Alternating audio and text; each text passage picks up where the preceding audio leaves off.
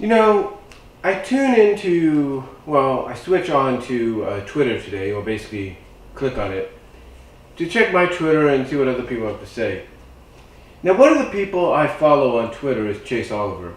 Chase Oliver 68, who has responded to some of my things I've had to say in the past, has responded and mostly been talked about when it comes to OTR Central, and several others, like Deluxe Man, British Ninja, British Fist, you name it.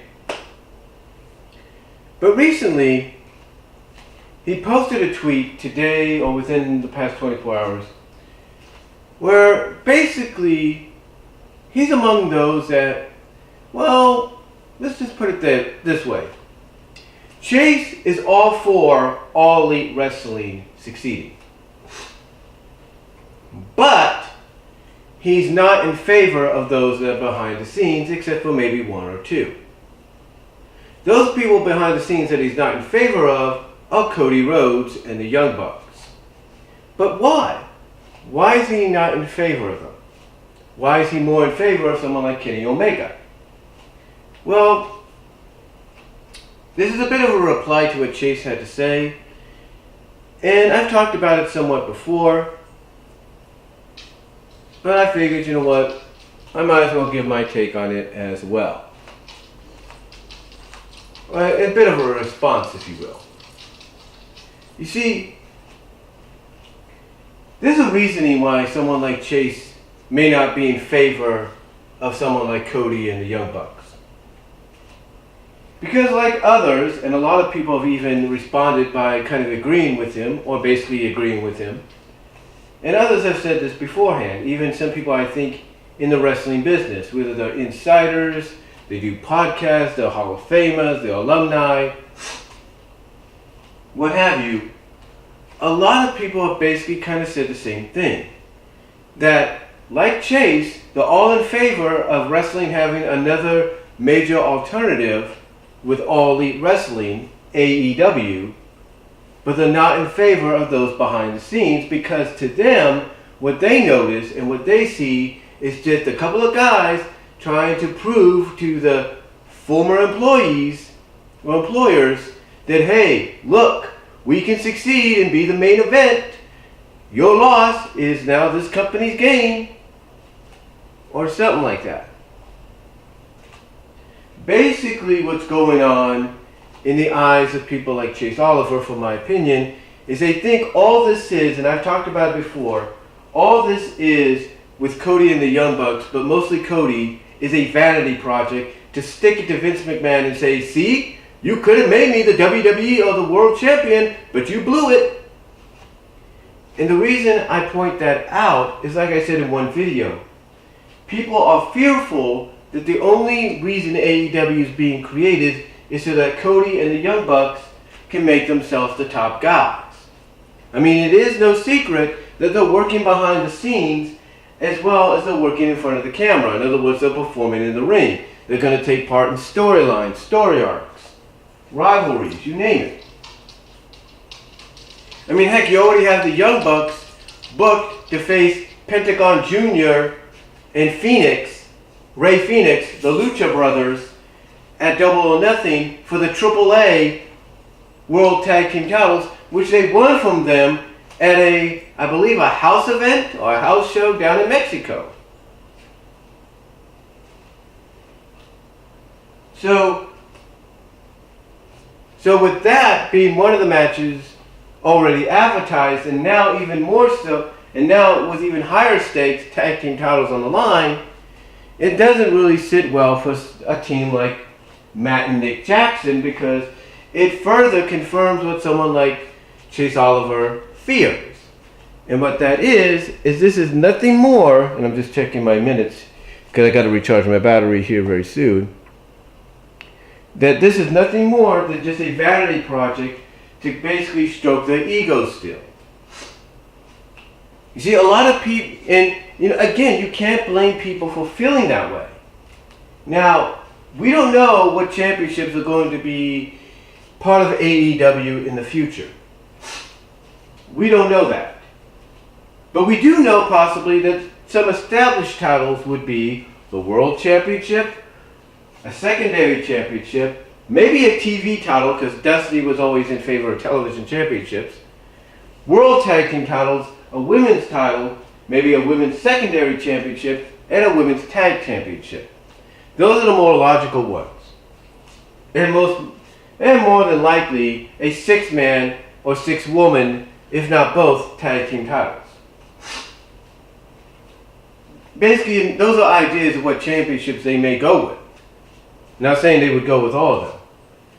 But what a lot of folks kind of fear, and I think I could see it from Chase Oliver's point of view, is that Cody Rhodes would make himself the world champion, the inaugural AEW World Heavyweight Champion, instead of someone like, let's say, Kenny Omega, or someone that's not part of the Elite, not part of the Bullet Club, maybe someone from the outside, like MJF, or someone like, let's say,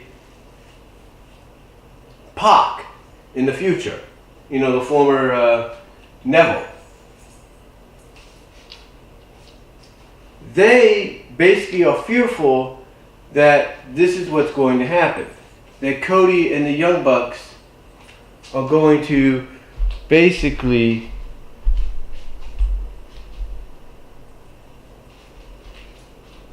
use AEW as their own personal platform to stroke their egos. And again, when it comes to someone like Cody Rhodes, you can't blame folks for feeling that all he's doing is using AEW to basically stick it to Vince McMahon and say, see, you could have made me world champion. Now, the benefit about this is they don't own the company. The Khan family does, the people that own the Jacksonville Jaguars. And from what I understand, the agreements are only for a couple of years, 3 to 4 years, something like that. So there's a good chance within those 3 to 4 years, they'll either stay with the company as a behind the scenes, or they might hand it over to other executives that might know what they're doing or have been trained to know what they're doing. They may hand it off to them so that maybe, let's say, WWE under new management or under new control can sign them over and treat them like they want, or treat them like they believe they should be. Point is, guys, the point is, not everybody in the long run is going to agree with Cody and the Young Bucks in charge behind the scenes as well as taking part in front of the camera. No one's going to agree with that. Again, they have nothing against AEW. They want All Elite Wrestling to succeed. They want to have us get that true alternative that we've been waiting for. But in the long run, what they do fear, like Chase Oliver, is all this really is in their minds, it's just Cody Rhodes and the Young Bucks' way of stroking their own egos, improving to those that they've worked for in the past. And for Cody's sake, it's up in Stanford. And for those that potentially they could, as well as prove to those that they could have potentially signed with, again, Stanford, if you catch my drift, that they are worth more money than you can ever imagine, and that they are main event world champion material. Again, Chase Oliver has nothing against AEW succeeding. Nobody does. They want it to succeed. But what they don't want, and right now they're fearful of, is Cody Rhodes and the Young Bucks, more so than maybe Kenny Omega, are just going to be using AEW as their own vanity project to basically stroke their egos and show the former employers and potential future employers that could have been that, hey, we're main event material, world champion material. See what you lost out on? That's what they're afraid of. That's what they're honestly afraid of, and you cannot blame each and every one of them. Because everybody feels that way. In fact, the biggest fear they have is AEW behind the scenes repeating the same mistakes World Championship Wrestling and Total Nonstop Action did. And they don't want that. They're hoping that doesn't happen. But to them, to someone like Chase Oliver and others that feel the same way, whether as fans insiders, Hall of Famers, legends, you name it. What they fear when they see Cody and the Young Bucks working in front of the camera, performing and all that, as well as behind the scenes, they fear that it's going to be that basically the mistakes that destroyed World Championship Wrestling behind the scenes and the mistakes that nearly drove Impact Wrestling, when it was under TNA's name, down and behind the scenes, is going to get repeated in AEW because of Cody and the Young Bucks. And they don't want that. They want to make sure that what they want is Cody and the Young Bucks to prove them wrong. That's what they want. And right now, though, in their eyes, when you have the Young Bucks defending AAA tag team titles at Double or Nothing against the Lucha Brothers, and you have Cody Rhodes positioning himself for a big matchup up at Double or Nothing, a main event like matchup, that's where they worry. And that's where they worry. That's where they feel that all this is just them stroking their own egos to stick it to those that they felt did not utilize them the way, or would have utilized them in the way that they believe they should be. Now, is it nice that they will give creative freedom? Absolutely. It's great to get creative freedom. But any company, even WWE, should allow the men and women to have creative freedom. Let them suggest what they should be doing instead of what they want them to do. Let them get that input in there. Yeah, it's nice to have that creative freedom. It's nice they're thinking about doing maybe an off season in the future. Doing things that other wrestling promotions would not do. But a lot of people look at all these decisions that they want to make as far as AEW is concerned, just as a way to stick it to Cody's former employer and the Bucks' possible future employer, or would have been future employer. That's all it is in their eyes. And again, everybody has a right to their opinion. Now look, I hope AEW succeeds. I really do. I hope Cody and the Young Bucks are not in it to stroke their own egos, mostly Cody.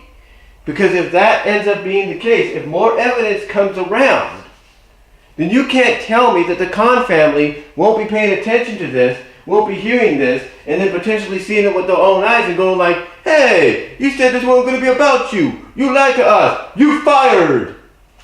Or something like that. We don't know.